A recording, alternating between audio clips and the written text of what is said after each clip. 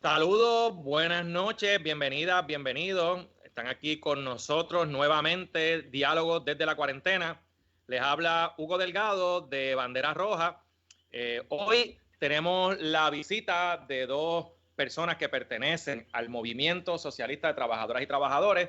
Tenemos a Gisela Báez Sánchez, quien es geóloga y también se ha destacado en el pasado como dirigente de la lucha militarista en el recinto universitario de Mayagüez. Es una militante socialista, feminista y ambientalista, y en estos momentos se dedica como geóloga en la red sísmica. Nos acompaña también Ángel Quiles Vega, otro dirigente del Movimiento Socialista de Trabajadoras y Trabajadores, quien también es un militante socialista y ambientalista que ha luchado en el área de Caguas durante muchos años, pero también se destaca en su presencia en la lucha ambiental en contra de la carbonera, y es un trabajador jubilado de la industria farmacéutica. Los traigo a ambos porque queremos tener una discusión sobre varios temas. Inicialmente quisiera que dialogáramos sobre el asunto de esta pandemia que estamos enfrentando y la mirada científica que le damos, Ángel como microbiólogo, Gisela como geóloga, que también conoce bastante sobre manejo de emergencias.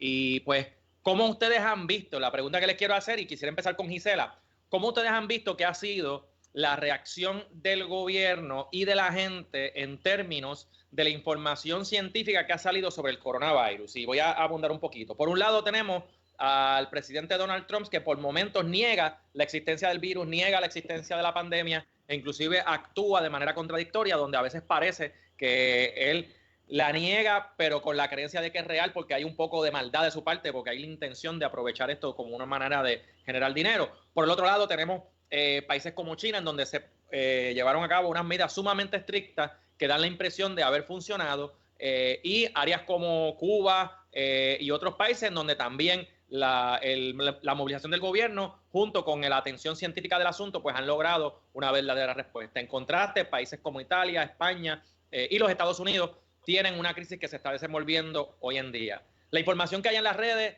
es variada, es múltiple, es difícil saber qué podemos creer y qué no podemos creer. Gisela, ¿qué ideas tú nos das al respecto? ¿Cómo tú ves que ha sido esa atención en términos de la información científica que está disponible para la gente?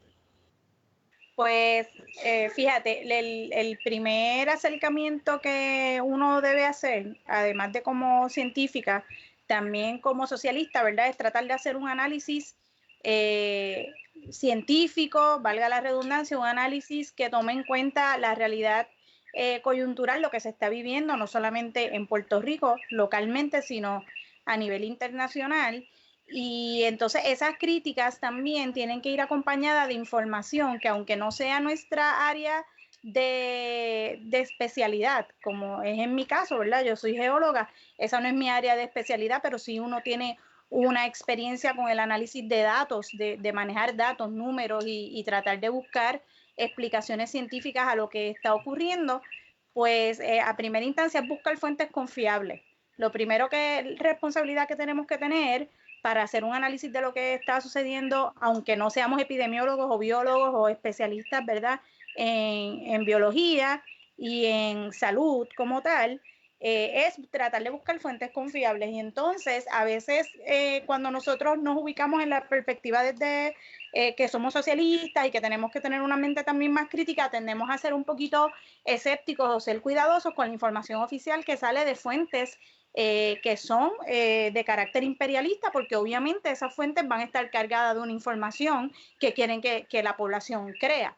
Así que una tiene que ser cuidadosa. Yo voy a los medios que son oficiales de primera instancia. Yo fui al CDC porque ya el CDC cuenta en Estados Unidos con una confiabilidad y tiene unos especialistas y unos investigadores que son de nivel mundial. Luego nos vamos dando cuenta que el análisis que está llevando a cabo esa institución y los Estados Unidos es un análisis que está sumamente parcializado hacia lo que es un interés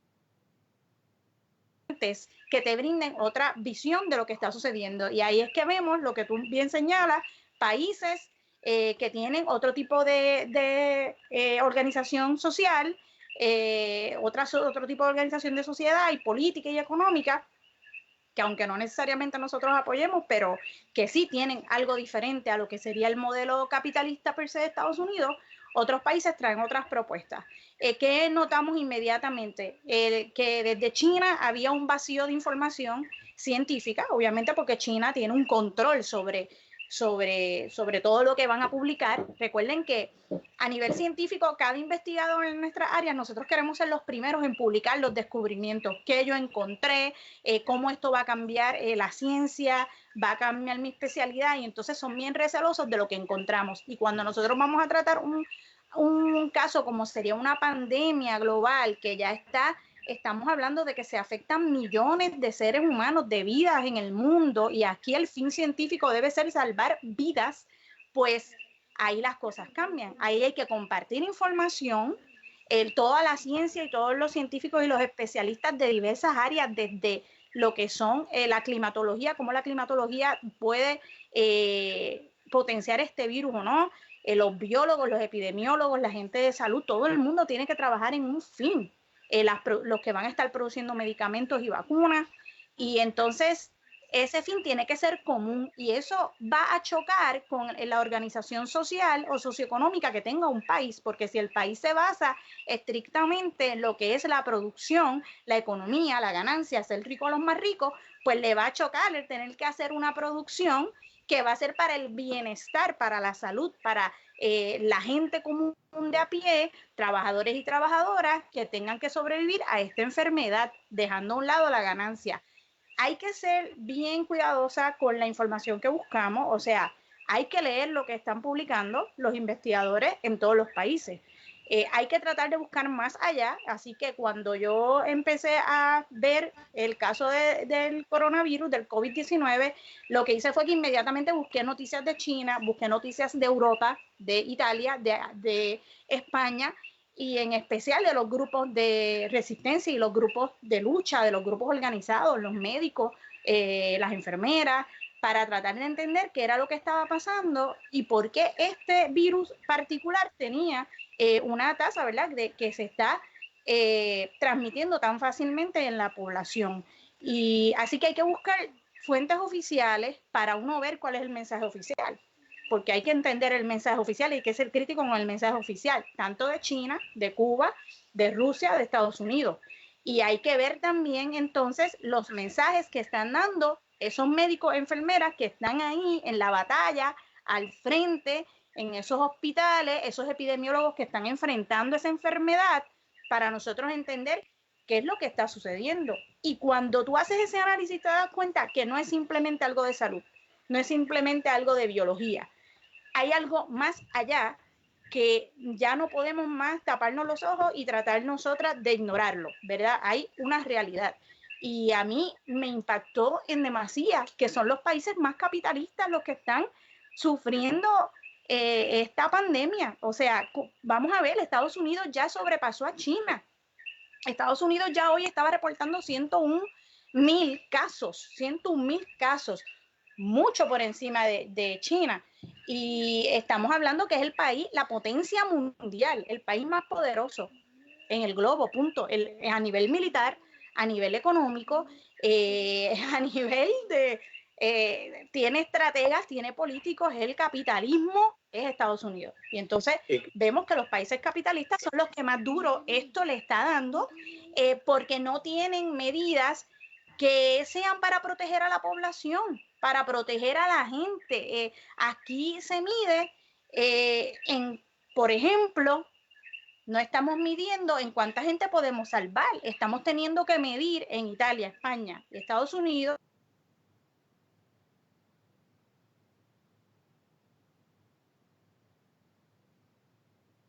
cuántos respiradores tenemos para la gente, en cuánto equipo de protección tenemos para los trabajadores y las trabajadoras de la salud.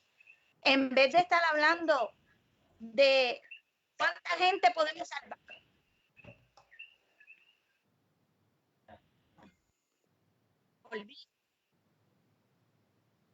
Sí, Gisela, me estabas diciendo para tomar, sé que tuvimos una breve interrupción de la transmisión. Me estabas hablando de las necesidades en los países, precisamente los países industrializados, más desarrollados, como lo son Estados Unidos, Alemania, Italia, España.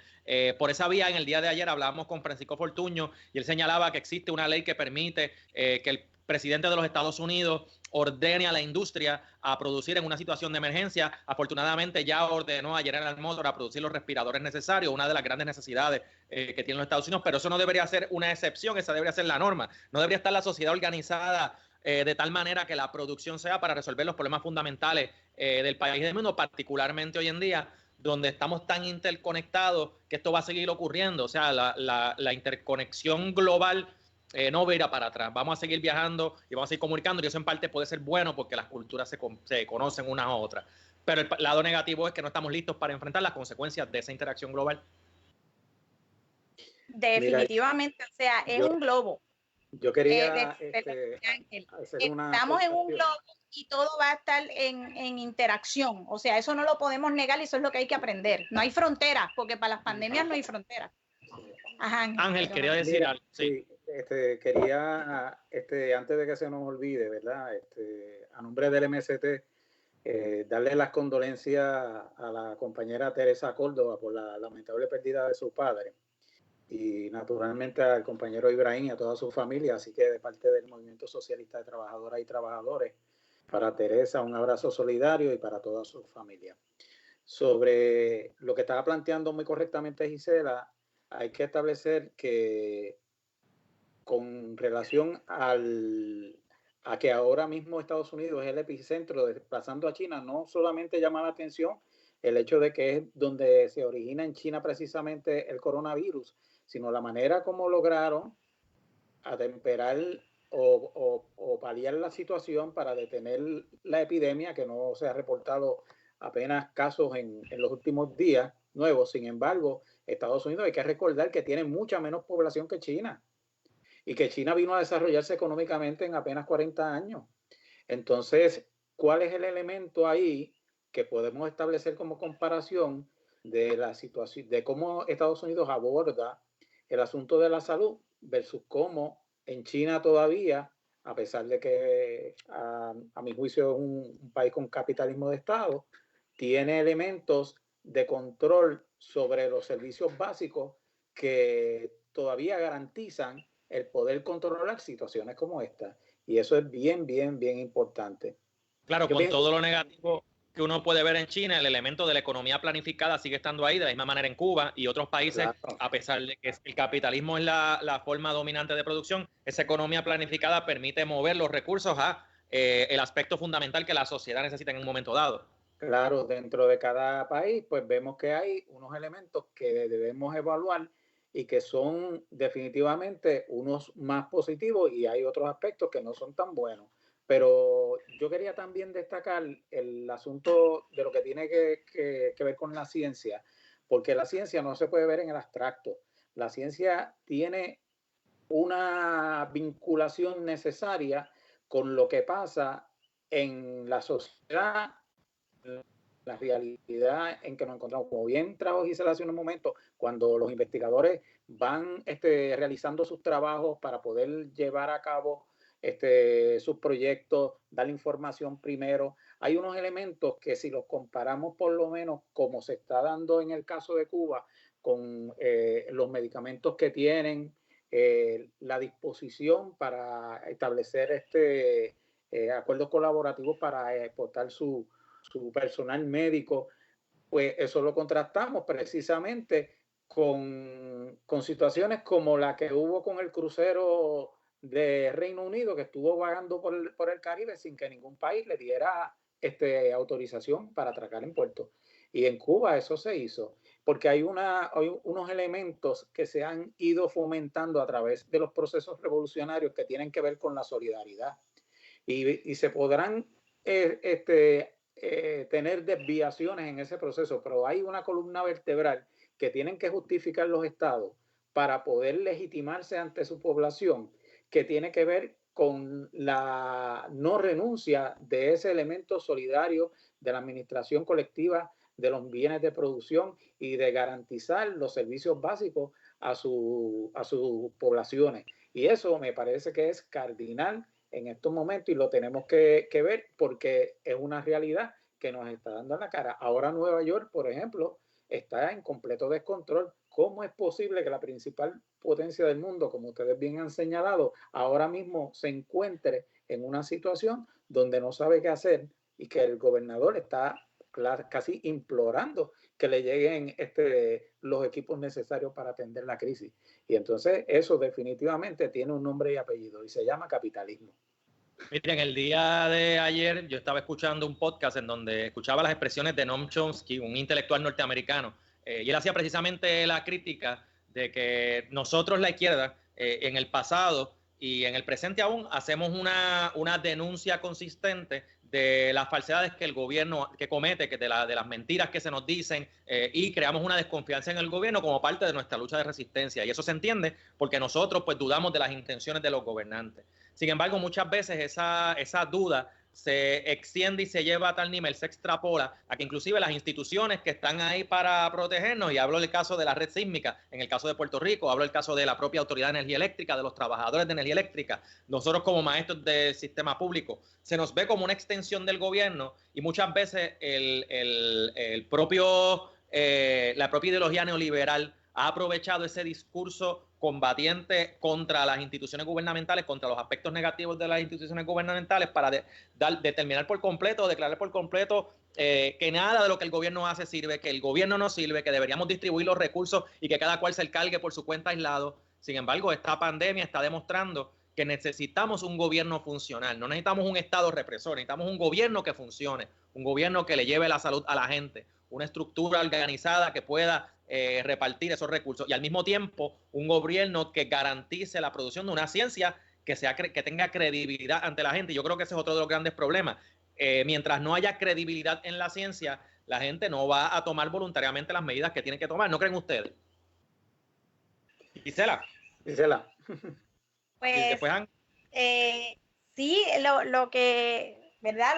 Lo que les puedo decir nuevamente como científica, es bien difícil porque a veces yo pienso que tener el conocimiento y ver lo que puede pasar, hacer el análisis, saber lo que nos puede esperar, en este caso del COVID-19 en 2 semanas, a veces aterra a uno porque una pues ya sabe lo que viene, y a veces yo digo, el que vive en desconocimiento, pues como no sabe lo que va a pasar, desconoce, carece de una educación que es lo que cogíamos. Tenemos muchos estudiantes, mucha gente alfabetizada, pero realmente no tienen el conocimiento, el pensamiento crítico, la necesidad de que si yo tengo un acceso a las redes sociales y al internet es para educarme y para buscar información y ver más allá. Si la gente no se educa, no entiende la ciencia. Eso es un problema que tiene la ciencia y los científicos y las científicas, es hacernos entender, hablar en el idioma de la gente normal que no sabe ciencia.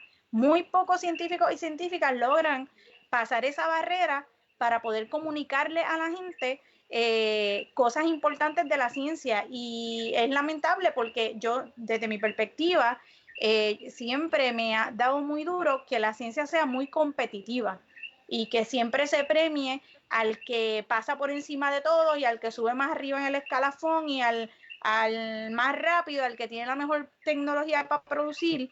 Y yo creo que todo el mundo tiene el potencial de hacer la ciencia, todos los países tienen el potencial de hacer la ciencia, pero no todos los países tienen la riqueza para tener la tecnología de hacer la ciencia.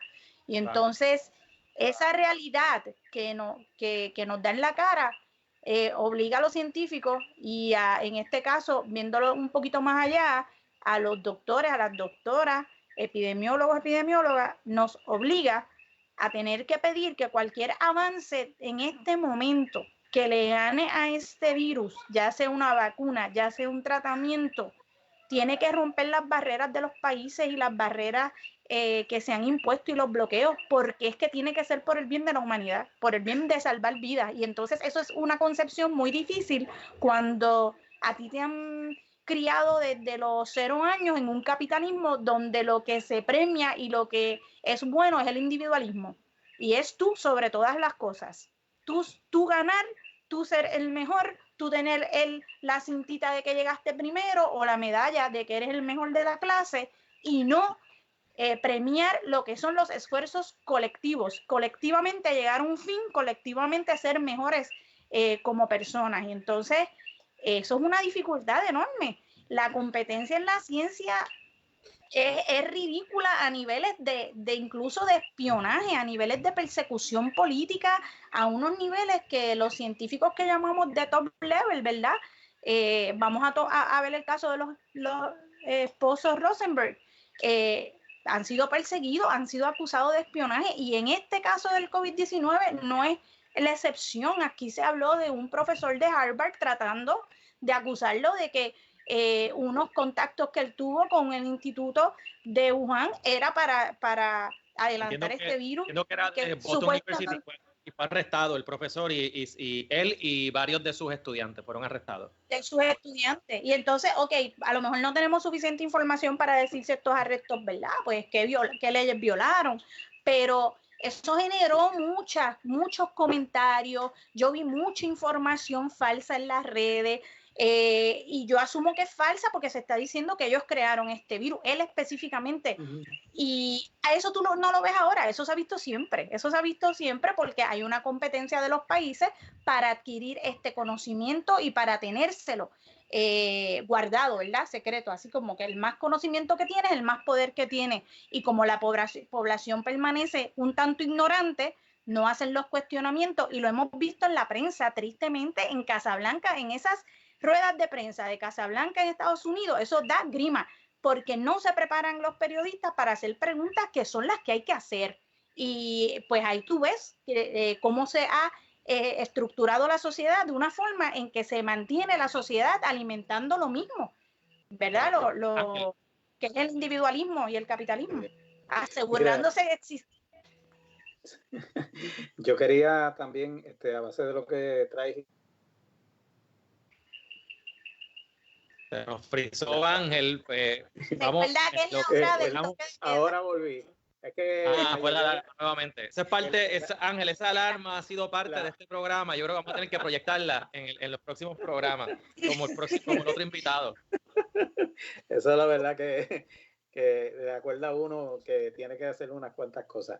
Pero bueno, precisando sobre una de las cosas que trae Gisela, precisamente, y ampliando lo que anteriormente habíamos estado señalando, hay una carencia de democracia a nivel internacional que tiene que ver mucho con la situación que estamos sucediendo y tiene que ver pues con la falta de información o la limitación de información y el acceso a los medios informativos que deben tener las personas que usualmente, ¿verdad?, se enfrentan a situaciones como esta. Entonces, estamos hablando precisamente de que organizaciones como la nuestra, que se distinguen por ser organizaciones de lucha y que generalmente estamos en conflicto con el Estado, porque el Estado, al ser un Estado colonial capitalista, pues tiene definitivamente unos antagonismos con la manera como entendemos en el movimiento socialista de trabajadores y trabajadores que debe regirse la sociedad. Y en ese sentido, anteponemos ante esa manera de funcionamiento totalmente antidemocrática, a pesar de que se hacen elecciones cada 4 años y que se dice que se hacen vistas públicas ante los proyectos y toda esa serie de cosas, pero lo que hacemos es que en realidad a nivel general en la población se elige, porque durante esos 4 años no hay ningún tipo de proceso electoral que pueda revocar a los incumbentes que están actuando de manera contraria a lo que prometieron o a su compromiso con el pueblo. Miren todo el trabajo que hubo que pasar para lograr la renuncia de Ricardo Rosselló. Eso fácilmente se pudo haber procesado mediante un referéndum y eso podía economizar un montón de energía y proceso. Entonces, anteponemos ante esa dictadura colonial capitalista en Puerto Rico el socialismo independentista que nos permita como población decidir cuáles son los aspectos que nos convienen y los que no. ¿Cuál es la lucha, por ejemplo, ¿verdad? Para mencionar un ejemplo concreto que tenemos en Guayama, en la Carbonera? Allí, desde 2002 se estableció una planta de carbón en contra de la voluntad de los vecinos de Fuente de Jobo, de Miramar y de Santa Ana, que ha traído una secuela de problemas de salud increíble.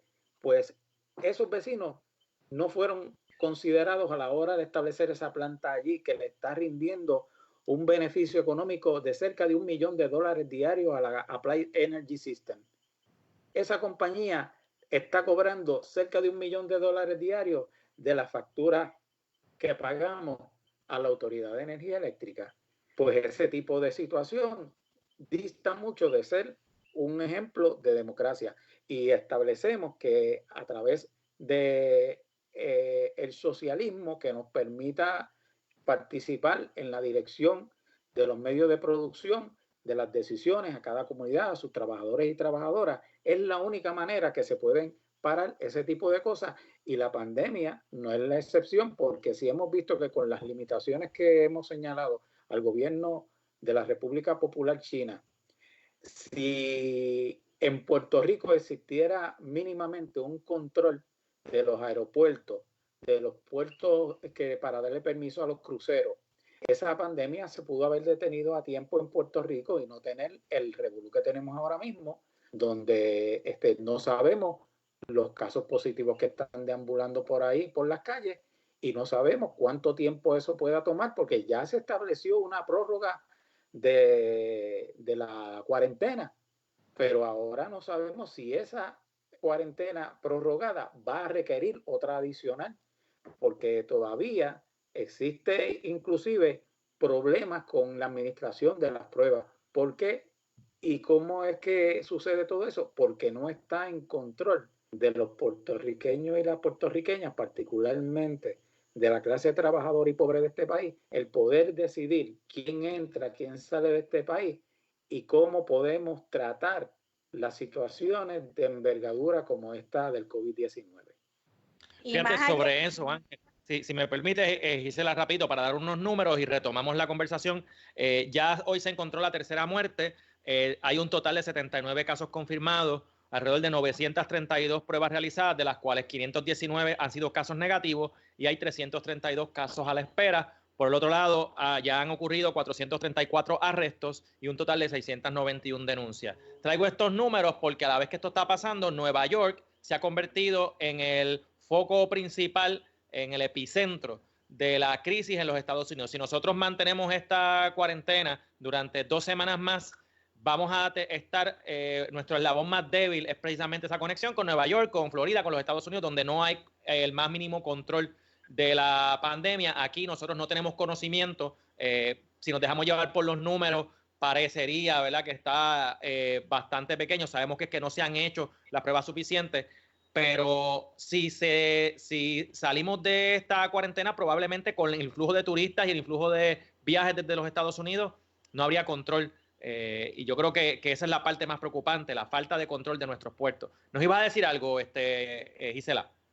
Sí, en la línea de Ángel, 2 cosas, una sobre la ciencia y otra, pues obviamente sobre la situación que nosotras afrontamos en Puerto Rico por ser una colonia. La número 1 es que no es solamente que no tenemos el control de los aeropuertos y de los puertos, o sea, esos 2 recursos están en manos del país que ha probado ser el más irresponsable en el manejo de las medidas que hay que tomar para controlar esta pandemia.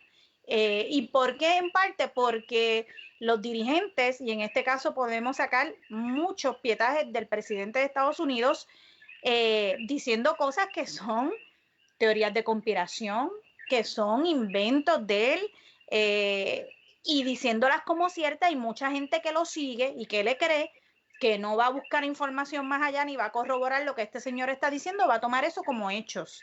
Que si cuando llegue el verano esta pandemia se va a acabar en Estados Unidos, esto se va porque cuando llegue el verano, eso lo dijo ese señor. Que eso es culpa de los chinos, que fueron los que le tiraron la pandemia para Estados Unidos, cuando solo hay que ser un poco objetiva. Vamos a observar quién es el país que mantuvo todo el flujo de pasajeros por todos sus aeropuertos internacionales que impacta todo el globo. Estados Unidos, sin tomar ninguna medida, contaminó medio mundo, sin tomar ni una medida en sus aeropuertos. Venía gente hace 2 semanas de Estados Unidos, de San Francisco, de Florida, de Texas, y tú le preguntabas, ¿hubo un control verificado? Te preguntaron de dónde venías, no, porque una vez tú estás dentro de Estados Unidos ya no había ninguna medida. Y entonces ahí es que cae Puerto Rico dentro de esa irresponsabilidad del gobierno federal, en donde todas nuestras fronteras pues las va a determinar ese gobierno, y eso pues le plantearía, ¿verdad?, un problema al gobierno de Puerto Rico de que tendría que enfrentar esas decisiones del gobierno federal que son totalmente erradas. En el caso de la ciencia también, como bien dijo Ángel, que no tenemos ese control de los aeropuertos y puertos, tampoco nosotros tenemos el control de la producción como tal de la ciencia farmacéutica en el país. Nosotros no tenemos el control de que aquí se produzcan medicinas para paliar este virus, esta crisis. Sí tenemos una industria farmacéutica, sí tenemos industria que está moviendo otro tipo de fármacos y otro tipo de medicamentos que son muy necesarios también, pero por la misma relación que tenemos con los Estados Unidos, eso depende de muchísimas leyes que afectan a Puerto Rico, a la distribución de esa producción que se hace aquí en Puerto Rico. También eso incluiría lo que son equipos de seguridad, tanto el equipo personal de seguridad para el personal de salud como los médicos y enfermeras, médicas y enfermeros, que tienen que usar batas especiales, aisladores, viseras, mascarillas, espejuelos de seguridad y guantes. Si eso no llega aquí desde Estados Unidos, ¿cómo va a llegar? Entonces, la gente tiene que empezar a hacer crítica y ver lo que nos cuesta a nosotros y a nosotras esta relación que se tiene, que impuesta, colonial. Nosotros no podemos ni siquiera decidir sobre nuestras vidas. Nosotros no podemos decidir sobre nuestras vidas. O sea, siguen llegando buques, aviones, veleros, y se les está atendiendo muy bien. Y el personal de Puerto Rico ha tenido, ¿verdad?, lo ha hecho con mucho amor, con mucho compromiso, y se le ha reconocido. Pero cuando esto explote en Puerto Rico, que va a ser dentro de las próximas 2 semanas, que nosotros veamos realmente los casos que están circulando en la comunidad, nosotros no vamos a tener personal sanitario ni vamos a tener suficientes equipos para poder manejar la crisis, y eso es un hecho. Eso es un hecho, eso es matemática. 1 más 1 es 2. Si tú tienes solo 300 camas de hospital, puedes atender solamente 300 pacientes de intensivo. No puedes atender ni 301, ni 400, ni 1000, ni 16,000. Eso es un hecho, y esa es la realidad que nuestra población tiene que entender. Y yo no sé si es que el gobierno intenta no dar esa información real, ¿verdad?, para que la gente no se asuste, o que por ocultarnos información, o que simplemente no lo saben manejar. Y yo entiendo, como científica, siempre soy de las que he creído y creo firmemente a que a la gente hay que hablarle con la verdad, y hay que decirle las cosas como son. ¿Cuáles son los efectos que va a haber? ¿Qué es lo que nosotros esperamos? Rápidamente, en la primera semana compartía yo con Hugo una grafiquita que hice bien simple, tratando de explicarle a la gente que me preguntó cuántos casos realmente debían estar corriendo en Puerto Rico si se infectaban o se exponían 3 personas a un paciente que fuera positivo a COVID-19. Y los números eran aterradores, pero esa es la realidad y eso es lo que hay que decirle a la gente.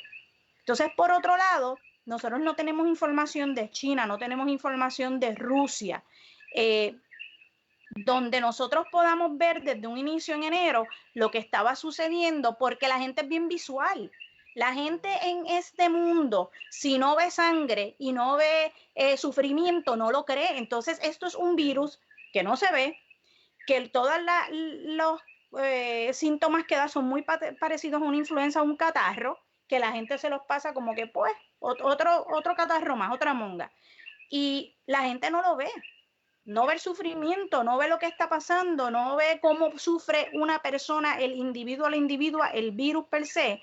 Y eso es triste porque hay gente que depende de esos visuales, porque hemos creado una sociedad individualista encerrada en sí misma y que está dirigida por esas imágenes violentas, imágenes de guerra, imágenes de matanza, y si la gente no ve eso, pues la gente, como se ha desensibilizado en la sociedad capitalista, pues no lo puede entender. Y ahí es que uno tiene que entrar a tratar de meterle ciencia y también sensibilidad y solidaridad al asunto, que es difícil, pero hay que hacerlo.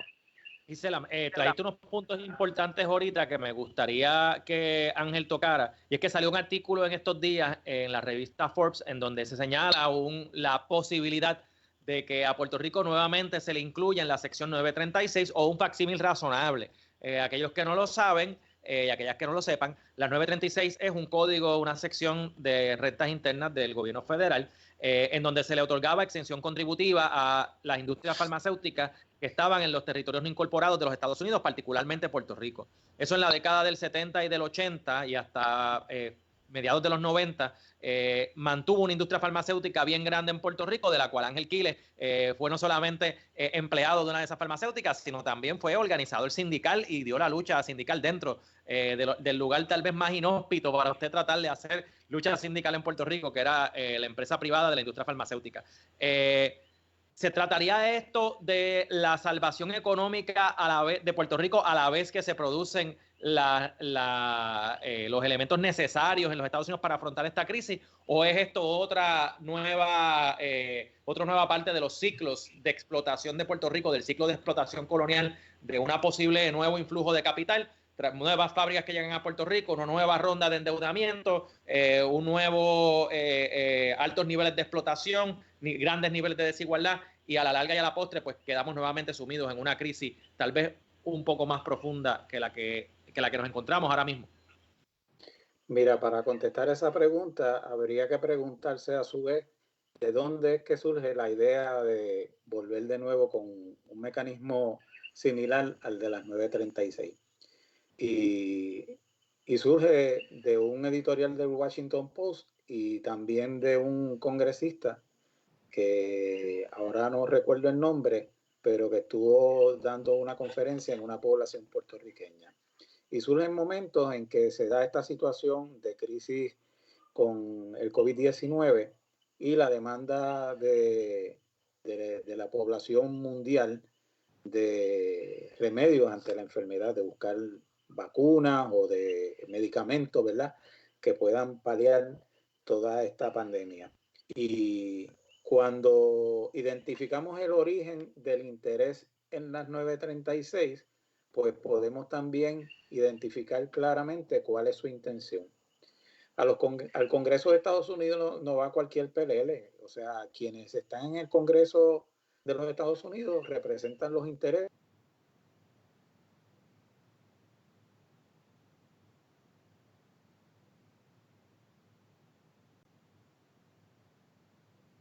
de manera similar a como ocurrió en 1976, que se creó la cláusula 936, mediante la cual pues se establecieron en Puerto Rico un gran número de industrias farmacéuticas y electrónicas. Esas industrias, para resumir, funcionaban de la siguiente manera. Eran creadas o establecidas en Puerto Rico como subsidiarias de plantas matrices en Estados Unidos y que establecían una especie de lavado de dinero porque se le daba un crédito contributivo a base de las ganancias que obtenían estas compañías, producto de precisamente la gran producción de medicinas que hacían en Puerto Rico. Y podemos mencionar un montón de compañías que hacían ese tipo de trabajo, desde Merck & Dome, Abbott, Eli Lilly y un montón de otras compañías de diverso capital, grande o menos grande, pero que funcionaban a base de comprarse la materia prima ellas mismas, que la compraban de manera barata. Allá en Estados Unidos se reportaba como pérdida, se hacía el producto en Puerto Rico, el producto final se le vendía nuevamente a esa compañía matriz a sobreprecio, lo cual pues significaba que en Estados Unidos, donde pagaban contribuciones, vendían bien barato por debajo del costo, así mismo a sus filiales en Puerto Rico, pero compraban sumamente caro para poder evadir también el aspecto contributivo en Estados Unidos. Esa cláusula 936 terminó por la presidencia de Bill Clinton en 1996, pero se le dio un periodo de 10 años adicionales para que en el 2006 finalmente terminara los beneficios de ese tipo, ¿verdad?, de industria. Pero entonces también tenemos que precisar que no solamente se beneficiaban las corporaciones farmacéuticas y electrónicas en aquel momento, la banca en Puerto Rico se benefició grandemente porque uno de los requisitos que se establecía era que el dinero fuera depositado en bancos de Puerto Rico, porque al ser repatriados, el gobierno en Puerto Rico estableció lo que se llamó un toll gate tax o un peaje donde se le cobraba un porcentaje en caso de que esas ganancias se repatriaran nuevamente a Estados Unidos. Pero la cantidad de dinero que llegó a amasar aquí, ese sector económico y poderoso de los Estados Unidos que hace los medicamentos a nivel mundial, fue sumamente impresionante. De hecho, cuando finalmente termina el periodo de las 936, cerraron todas esas compañías, unas fueron compradas por otras, y ustedes han podido notar pues la diversidad de cantidad de edificios en toda la isla, en Manatí, en Arecibo, en Humacao y en otras partes del país donde habían corporaciones 936, pues ahora son centros industriales fantasmas. ¿Qué nos trae a nosotros esa situación? Pues volvemos de nuevo al planteamiento original que hace un rato estábamos esbozando, y tiene que ver con la democracia, los fundamentos democráticos y que nos corresponden como país para poder decidir lo que aquí se hace. Porque definitivamente, si bien esas corporaciones expresaron un momento de oro, no solamente para las compañías, sino para muchos de los trabajadores que tenían una cantidad de dinero o de sueldo que era superior al resto, ¿verdad?, de lo que se conocía en aquel entonces, porque eran salarios que podían llegar a $20 la hora. Nos dejaron, por otro lado, un gran problema ambiental de contaminación en este país.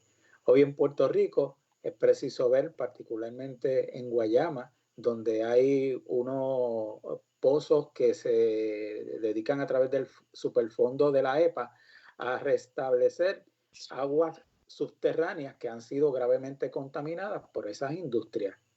Y entonces uno puede decir, pero eso lo arreglan los federales. Lo que pasa es que eso es una parte nada más del problema. Poca gente se da cuenta de que Sidra, por ejemplo, es uno de los pueblos más contaminados de este país. ¿Y qué había en Sidra? En Sidra estaba la compañía Millipore, que se dedicaba a hacer filtros de microcelulosa. Y esa compañía ha dejado un desastre allí donde no tenemos duda de que mucha de la producción fue abandonada, muchos de los desperdicios siguen allí, contaminando el subsuelo y afectando toda la vida silvestre y humana en Sidra y así por el estilo en diferentes localidades y pueblos donde se han establecido. Muchas de estas farmacéuticas se establecieron en lugares donde había disponibilidad de acuíferos, porque uno de los elementos fundamentales de la materia prima en estas farmacéuticas es la disponibilidad del agua. Esto puede causar también que muchos de los contaminantes estén en el agua que posiblemente nosotros consumamos, porque esos acuíferos eventualmente se conducen a otras fuentes de agua. O sea que nosotros enfrentamos ahora las consecuencias de una industria que generó grandes ganancias, pero que no dejó tampoco tras de sí grandes riquezas para el pueblo de Puerto Rico. También, Hugo, eso demuestra la hipocresía del gobierno colonial y PNP ahora mismo, y también de los populares, porque no podemos sacar ni diferenciar uno del otro. Es que se habla de favorecer eso, pero sin embargo, nos tenemos que preguntar, ¿qué ha pasado con esa mano de obra cualificada que se curtió durante el tiempo de las 936? Esos profesionales, esos químicos, esos ingenieros químicos, biólogos, microbiólogos, personal preparado en las líneas de producción, de empaque, de análisis de materia prima. ¿Qué pasó con toda esa fuerza de trabajo? Una vez se fueron los grandes inversionistas nos dejaron recortando patios, porque esa es la realidad. Nos dejaron trabajando en las megatiendas.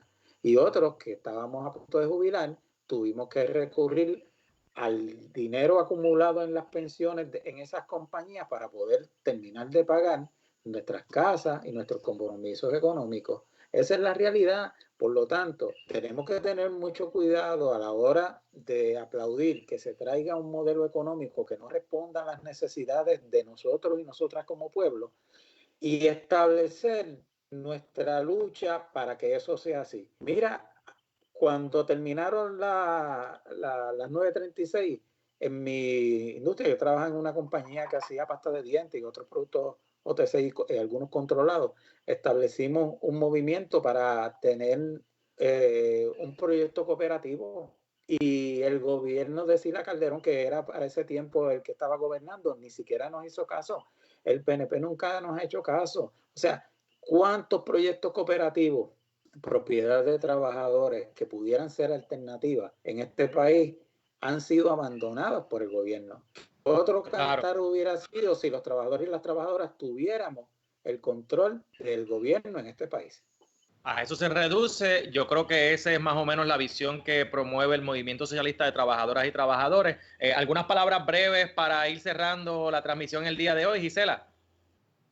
Pues yo quería recalcar dentro de lo que es la discusión, ¿verdad? Más allá de la ética de lo que es un científico, una científica, el deber que nosotros y nosotras tenemos para el bienestar de los seres humanos y para el bienestar de los ecosistemas y del lugar donde vivimos, que es la Tierra. O sea, no solamente hoy es el COVID-19, pero mañana vamos a estar enfrentando algo que el ser humano no va a poder frenar, que son el resultado del calentamiento global, precisamente porque no se le impone a las industrias capitalistas de producción, no se le impone nada, ni ley, ni sanción, ni control para poder detener lo que son las emisiones que nos va a afectar. Esto es a la larga, y tal vez no lo vea yo, lo vean mis hijas, mis nietos o mis nietas. Esa es la uno, ¿verdad? El deber de los científicos y científicas en que la información llegue al pueblo y en que la investigación que se haga y la producción que se haga de esa investigación no sea para generar ganancias, sino que sea para el bienestar de la gente. Que eso, lamentablemente, si es Rusia, si es China, si es Cuba, el país que produce una nueva vacuna, un nuevo tratamiento para el COVID-19, cualquier país que no esté alineado con ellos no va a recibir, porque el mismo Estados Unidos no lo va a permitir, ¿verdad? Eso es una realidad, no va a aceptar esa ayuda, no va a aceptar esa medicina que pudiera salvar a miles, cientos de miles de estadounidenses inclusive. Y también, por otro lado, que la gente esté bien atenta a las movidas que está haciendo el gobierno de Estados Unidos para adquirir los derechos de la vacuna.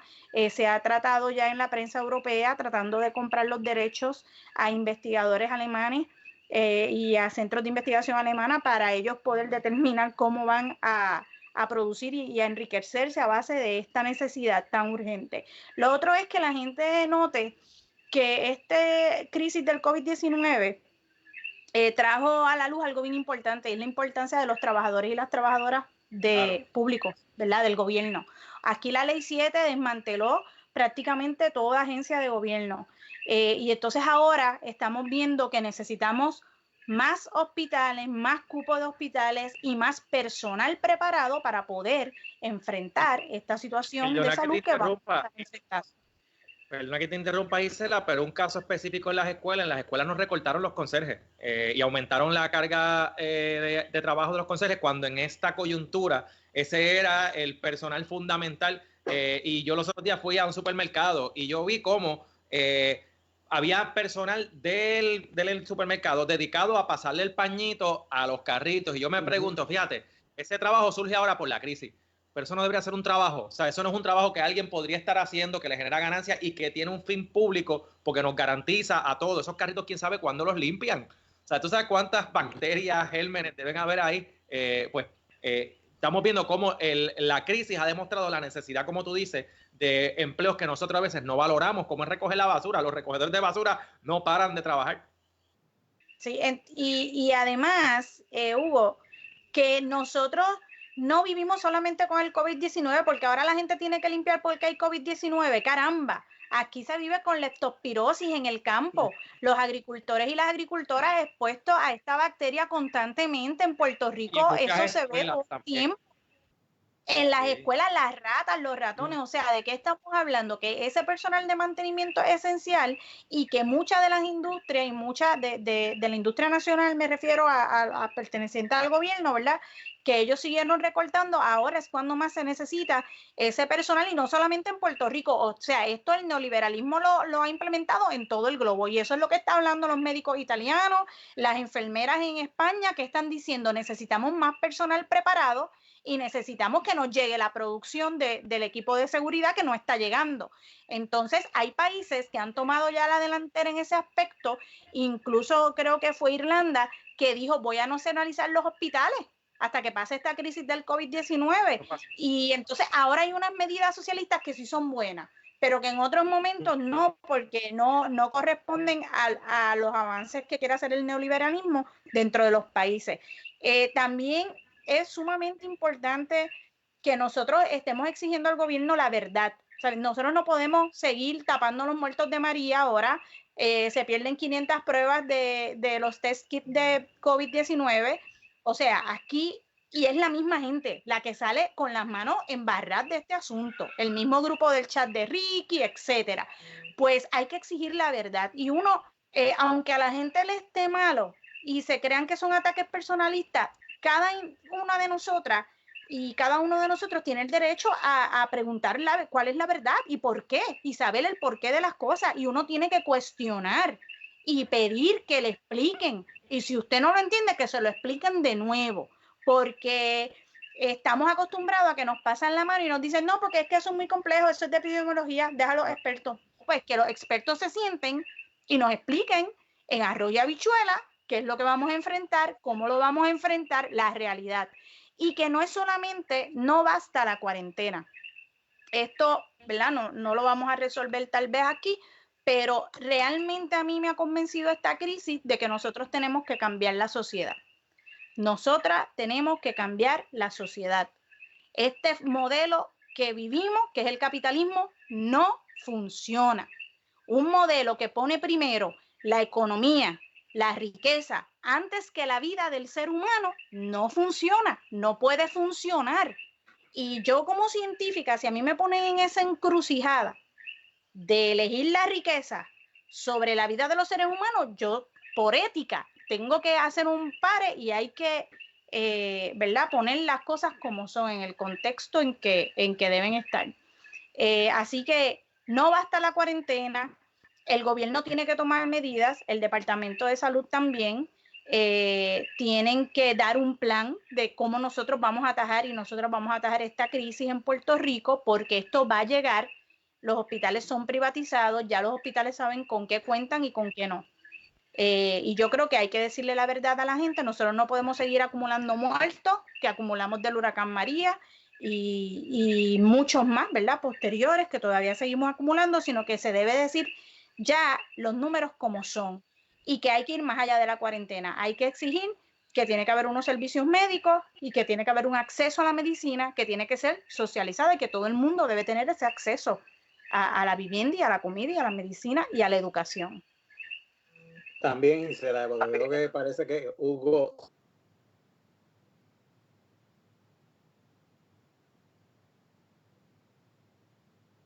allá de hacer culpable a la ciudadanía de la crisis. El neoliberalismo se distingue por adjudicarle a la gente la responsabilidad de los grandes intereses de cómo han hecho del planeta un desastre. Y tenemos que entonces hacer un llamado para que los compañeros y las compañeras que nos están escuchando, que redoblen los esfuerzos para que se establezcan centros de lucha, instancias de lucha en sus centros de trabajo, en sus comunidades. Hoy el momento, ¿verdad? Reclama que nos cuidemos y nos vamos a cuidar. Uno de los llamados del MST fue precisamente a que nos acuarteláramos para precisamente evadir lo que sabíamos que nos venía para encima. Y de hecho, esa advertencia la hicimos antes que el gobierno. Pero lo importante es que estos momentos nos sirvan con programas como este, con medios de comunicación, con la información que hacemos a través de Bandera Roja, para que la gente utilice esos elementos informativos que pueda enriquecerlos con sus experiencias, con sus contribuciones, con sus aportaciones, para que entonces ampliemos el grado de democracia que existe en este país, porque no me cabe la menor duda de que en algún momento nos vamos a encontrar como nos encontramos en Calle de Fortaleza, luchando por un mejor país, una mejor sociedad para nosotros, nuestros hijos e hijas y nuestros nietos y nietas. Bueno, muchas gracias. No sé si me están escuchando. Tuve un problema técnico al final. Sí. Que la conexión de la casa se cayó y tuve que cambiar al celular. Creo que con esto debemos ir cerrando ya por hoy. Le agradezco a ambos, a Gisela Báez Sánchez allá desde Utuado. Tengo también a Ángel Quiles en el área de Cagua. Ha sido excelente conversación. Creo que vamos a seguir continuando con estos diálogos. Les habló Hugo Delgado para Bandera Roja y tenemos a Ernesto Beltrán en los controles. Será hasta la próxima. Esperemos, vamos a tratar de seguir haciéndolo diario mientras podamos, pero nos despedimos por hoy. Nos vemos. Buenas noches. Ernesto, poncha para que nos vayamos.